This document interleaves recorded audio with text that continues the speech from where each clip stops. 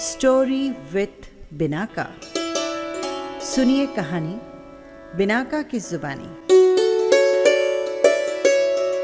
तो लीजिए, हाजिर है श्रीभूति पुरोहित और रानी रामदत्ता की कथा।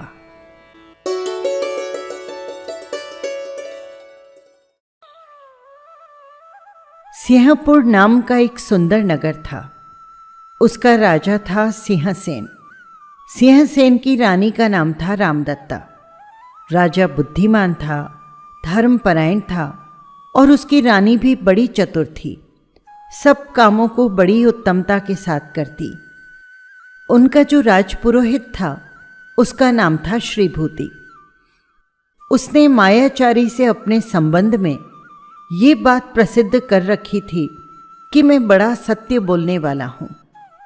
बेचारे भोले भाले लोग उस कपटी के विश्वास में आकर अनेक बार ठगे जाते, पर उसके कपट का पता किसी को नहीं चल पाता। ऐसे ही एक दिन एक विदेशी उसके चुंगल में फंस गया। उसका नाम था समुद्रदत्त। वो पद्मखंडपुर का रहने वाला था। उसके पिता सुमित्र और माता का नाम सुमित्रा था। समुद्रदत्त की इच्छा एक दिन व्यापार्थ विदेश जाने की हुई। उसके पास 5 बहुत कीमती रत्न थे। पद्मखंडपुर में ऐसा कोई भी विश्वस्त पुरुष उसके ध्यान में नहीं आया जिसके पास वो अपने रत्नों को रखकर निश्चिंत होकर जा सके। उसने श्रीभूति की प्रसिद्धि सुन रखी थी, इसलिए वो उसके पास रत्न रखने का विचार कर सिंहपुर चला आया। यहाँ पर श्रीभूति से मिलकर उसने अपना विचार उसे कह सुनाया। श्रीभूति ने उसके रत्नों को रखना स्वीकार कर लिया। समुद्रदत्त को इससे बड़ी खुशी हुई और साथ ही वो उन रत्नों को श्रीभूति को सौंप स्वयं रत्नदीप के लिए रवाना हो गया। वहां पर कई दिनों तक रुककर उसने ढेर सारा धन कमाया। जब वो वापस लौटकर जहाज के द्वारा अपने देश की ओर आ रहा था, तब पाप कर्म के उदय से उसका जहाज टकराकर फट गया और बहुत से आदमी डूब मरे। बहुत ठीक कहा है कि बिना पुण्य के कभी कोई कार्य सिद्ध नहीं होता। समुद्रदत्त इस समय भाग्य से मरते मरते बच गया। उसके हाथ जहाज का एक छोटा सा टुकड़ा लग गया। वो उस पर बैठकर बड़ी कठिनता के साथ किसी तरह किनारे तक पहुंच गया। यहां से वो सीधा श्रीभूति पुरोहित के पास पहुंचा। श्रीभूति ने इसे दूर से देखकर ही पहचान लिया, लेकिन वो तो धूर्त था, सो उसने अपने पास बैठे व्यक्तियों से कहा, अरे देखो देखो, वो कोई दरिद्र भिखमंगा आ रहा है और अब वो यहां आकर मेरा सिर खाने लगेगा। जिसके पास थोड़ा बहुत पैसा होता है या जिनकी मान मर्यादा लोगों में अधिक होती है, तो इन भिखारियों के मारे तो उन्हें चैन नहीं। एक न एक हर समय मेरे सिर पर खड़ा रहता है। हम लोगों ने कल सुना था ना कि एक जहाज फटकर डूब गया है। मालूम होता है ये उसी जहाज का यात्री है और लगता है कि इसका सारा धन नष्ट हो गया और इसीलिए ये पागल हो गया है।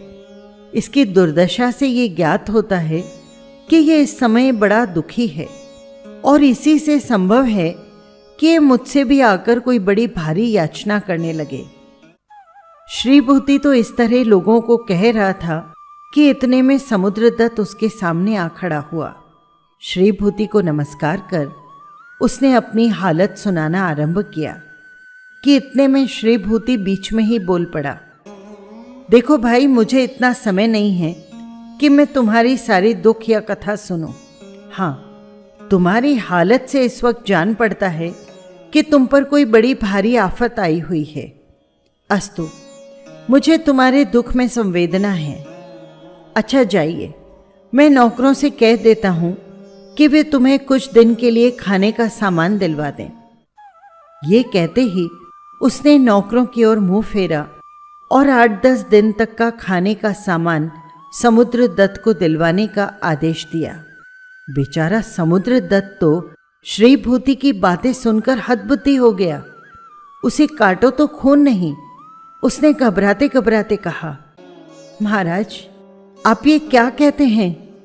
मेरे जो आपके पास 5 रत्न रखे हैं, मुझे तो वे ही दे दीजिए।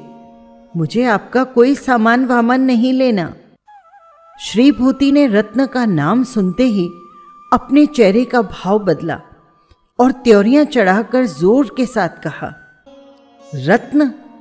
अरे दरिद्र, तेरे रत्न और मेरे पास तो क्या बक रहा है? कह तो सही कि वास्तव में तेरी मंशा क्या है? क्या तू मुझे बदनाम करना चाहता है? तू कौन है और कहाँ का रहने वाला है? मैं तो तुझे जानता तक नहीं, फिर तेरे रत्न मेरे पास कहाँ से आए? जा जा, पागल तो नहीं हो गया है कहीं? ठीक से विचार कर। किसी और के यहाँ रख कर उसके भ्रम में मेरे पास आ गया जान पड़ता है। इसके बाद ही उसने लोगों की ओर नजर फेर कर कहा, देखिए साहब, मैंने कहा था ना कि ये मेरे से कोई बड़ी भारी याचना करेगा। ठीक वही हुआ। बतलाइए, इस दरिद्र के पास रत्न कहाँ से आ सकते हैं?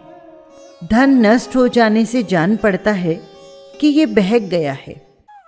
ये कहकर श्रीभूति ने नौकरों द्वारा समुद्रदत्त को घर से बाहर निकलवा दिया।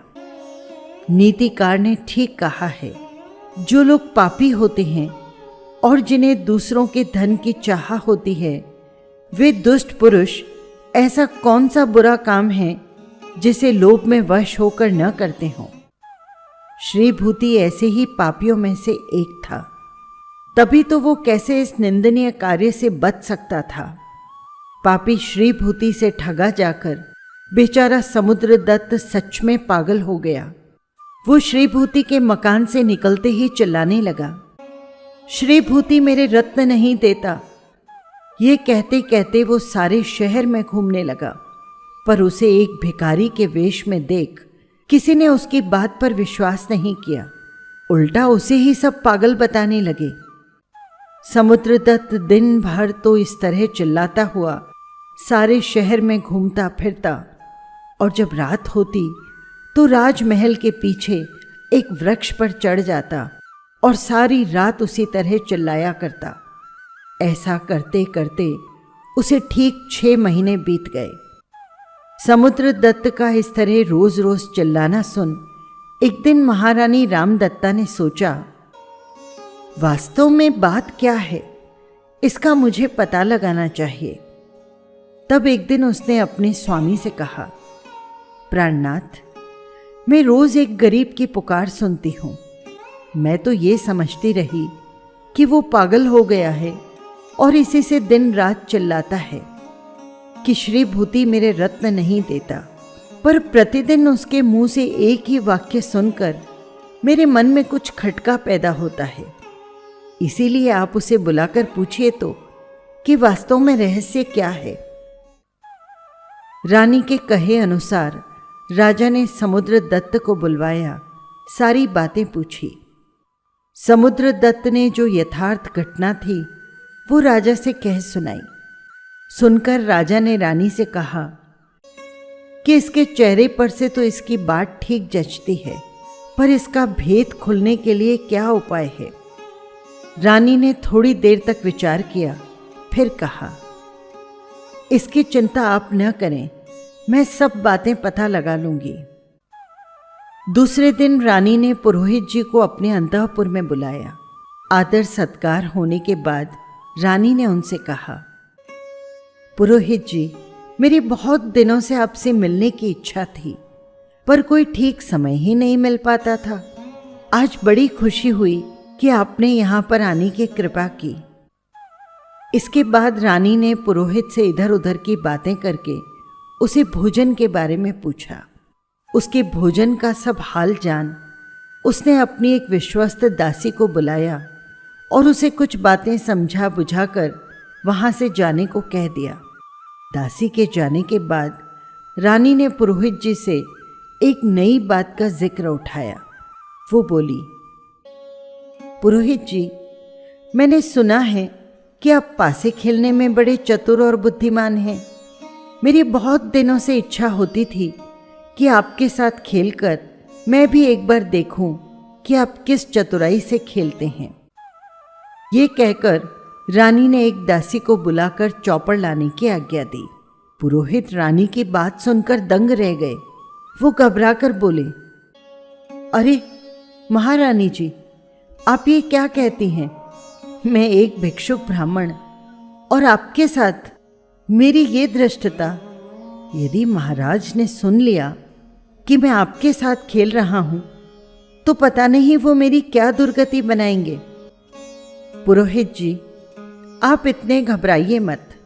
मेरे साथ खेलने में आपको किसी प्रकार के इतने गहरे विचार में पड़ने की आवश्यकता नहीं। महाराज इस विषय में आपसे कुछ नहीं कहेंगे, आप डरिए मत। बेचारे पुरोहित जी बड़े ही पशुपेश में पड़ गए। इधर रानी की आज्ञा भी वे टाल नहीं सकते और उधर महाराज का उन्हें भय। वे तो इस उधेड़बुन में लगे थे कि दासी ने चौपड़ लाकर रानी के सामने रख दी। आखिर उन्हें खेलना ही पड़ा। रानी ने पहली ही बाजी में पुरोहित जी की अंगूठी, जिस पर उनका नाम खुदा था, जीत ली। दोनों फिर खेलने लगे। इतने में पहली दासी ने आकर रानी से कुछ कहा। रानी ने अब की बार पुरोहित जी से जीती हुई अंगूठी चुपके से उसे देकर चले जाने को कहा। दासी आधे घंटे बाद फिर आई। उसे कुछ निराश सा देख रानी ने इशारे से अपने कमरे से बाहर ही रहने को कहा और स्वयं खेल में लग गई। अब की बार उसने पुरोहित जी का जनेऊ जीत लिया और किसी बहाने से उस दासी को बुलाकर चुपके से जनेऊ देकर भेज दिया। दासी के वापस आने तक रानी ने पुरोहित जी को खेल में लगाए रखा। इतने में दासी भी वहां आ गई। उसे प्रसन्न देख रानी ने अपना मनोरथ पूर्ण हुआ समझा। उसने उसी समय खेल बंद किया और पुरोहित जी की अंगूठी और जनेऊ दोनों ने वापस देकर बोली, आप सचमुच बड़े चतुर हैं। आपकी चतुरता देखकर मैं बड़ी प्रसन्न हुई। आज मैंने सिर्फ इस चतुरता को देखने के लिए ही आपको ये कष्ट दिया था। आप इसके लिए मुझे क्षमा करें और अब आप खुशी के साथ जा सकते हैं। बेचारे पुरोहित जी रानी के महल से विदा हुए। उन्हें इसका कुछ भी पता नहीं चला कि रानी मेरी आंखों में दिन दहाड़े धूल झोंक कैसे मुझे उल्लू बनाया है। बात असल में ये थी कि रानी ने पहले पुरोहित जी की जीती हुई अंगूठी देकर दासी को उनकी पत्नी के पास समुद्र दत्त के रत्न लाने भेजा। पर जब पुरोहित जी की स्त्री ने अंगूठी देखकर भी उसे रत्न नहीं दिए तो यज्ञोपवीत जीता और उसे दासी के साथ भेज दिया। अब की बार रानी का मनोरथ सिद्ध हुआ। पुरोहित की पत्नी ने दासी की बातों से डरकर झटपट रत्नों को निकालकर दासी के हवाले कर दिए। दासी ने रत्न लाकर रानी को दिए। रानी बड़ी प्रसन्न हुई। पुरोहित जी तो खेलते रहे और इधर उनका भाग्य फट गया, इसकी उन्हें रत्ती भर भी खबर नहीं पड़ी। रानी ने रत्नों को ले जाकर महाराज के सामने रख दिया और साथ ही पुरोहित जी के महल से रवाना होने की खबर दी। महाराज ने उसी समय उनके गिरफ्तार करने के सिपाहियों को आज्ञा दी। बेचारे पुरोहित जी अभी महल के बाहर ही नहीं पहुंचे थे कि सिपाहियों ने जाकर उनके हाथों में हथकड़ी डाल दी। उन्हें दरबार में लाकर उपस्थित किया गया। पुरोहित जी ये सब देखकर भौंचक के रह गए। उनकी समझ में नहीं आया कि यकायक ये क्या हो गया। आखिर ऐसा कौन सा भारी अपराध हो गया जिससे मुझे एक शब्द भी बोलने का अवसर न मिला और मेरी ये दशा की गई। वे हदबुद्धि हो गए। उन्हें इस बात का और अधिक दुख हुआ कि मैं एक राजपुरोहित, ऐसा वैसा गैर आदमी भी नहीं, और मेरी ये दशा, और वो भी बिना किसी अपराध के। क्रोध, लज्जा और आत्मग्लानि से उनकी एक विलक्षण सी दशा हो गई। रानी ने जैसे ही रत्नों को महाराज के सामने रखा, महाराज ने उसी समय उन्हें अपने और रत्नों में मिलाकर समुद्र दत्त को बुलाया और उससे कहा, अच्छा समुद्र दत्त, देखो इन रत्नों में से तुम्हारे रत्न हैं क्या, और यदि हैं तो उन्हें निकाल लो।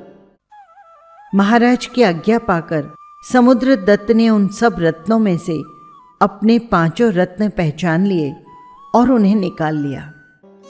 सच है, सज्जन पुरुष अपनी ही वस्तु को लेते हैं, दूसरों की वस्तु उन्हें विष के समान जान पड़ती है।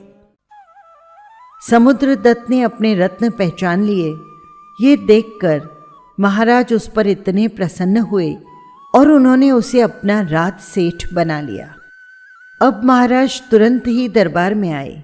जैसे ही उनकी दृष्टि पुरोहित जी पर पड़ी, उन्हें बड़ी ग्लानि की दृष्टि से देख गुस्से के साथ उन्होंने कहा, पापी, ठग, मैं नहीं जानता था कि तू इतना हृदय का काला हो गया है और ऊपर से ऐसा ढोंगी वेश लेकर मेरी गरीब और भोली प्रजा को इस तरह से धोखे में फंसा रहा है।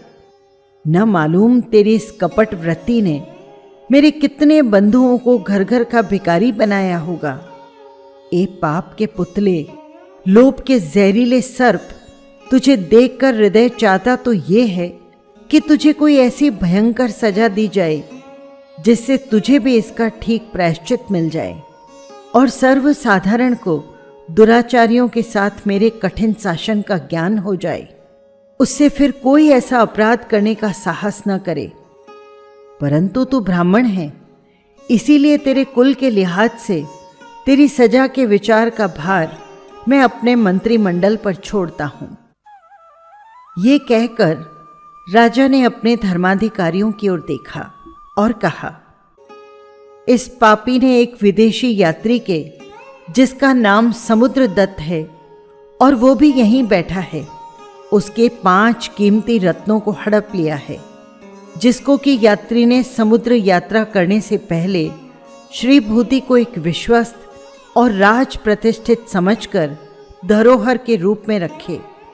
देव की विचित्र गति से यात्रा से लौटते समय इस यात्री का जहाज एकाएक फट गया और साथ ही इसका सब माल असबाब भी डूब गया, लेकिन ये यात्री किसी तरह बच गया।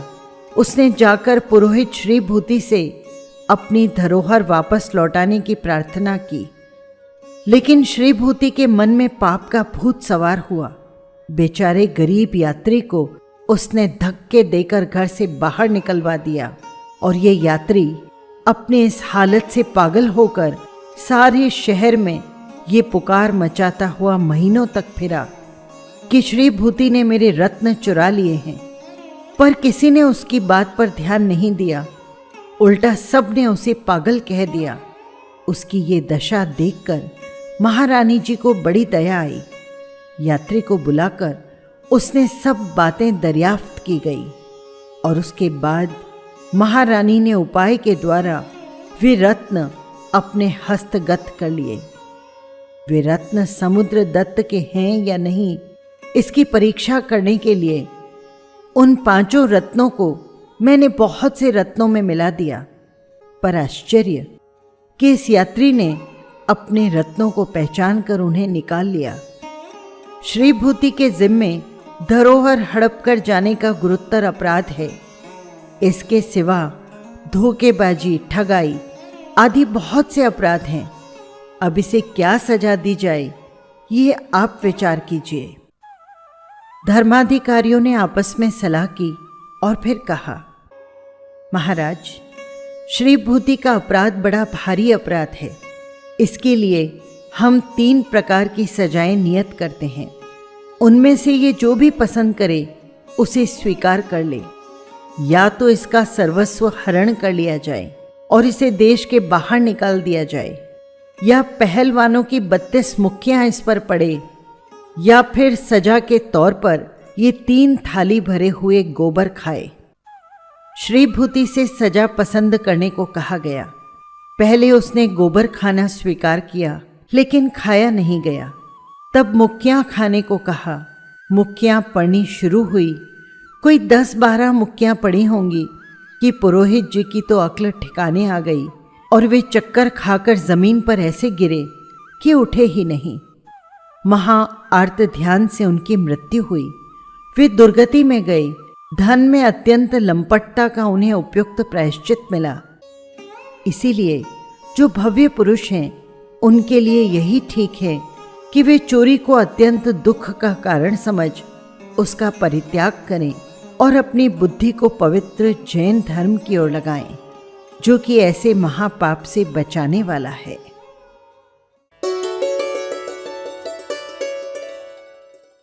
बस यही थी कहानी।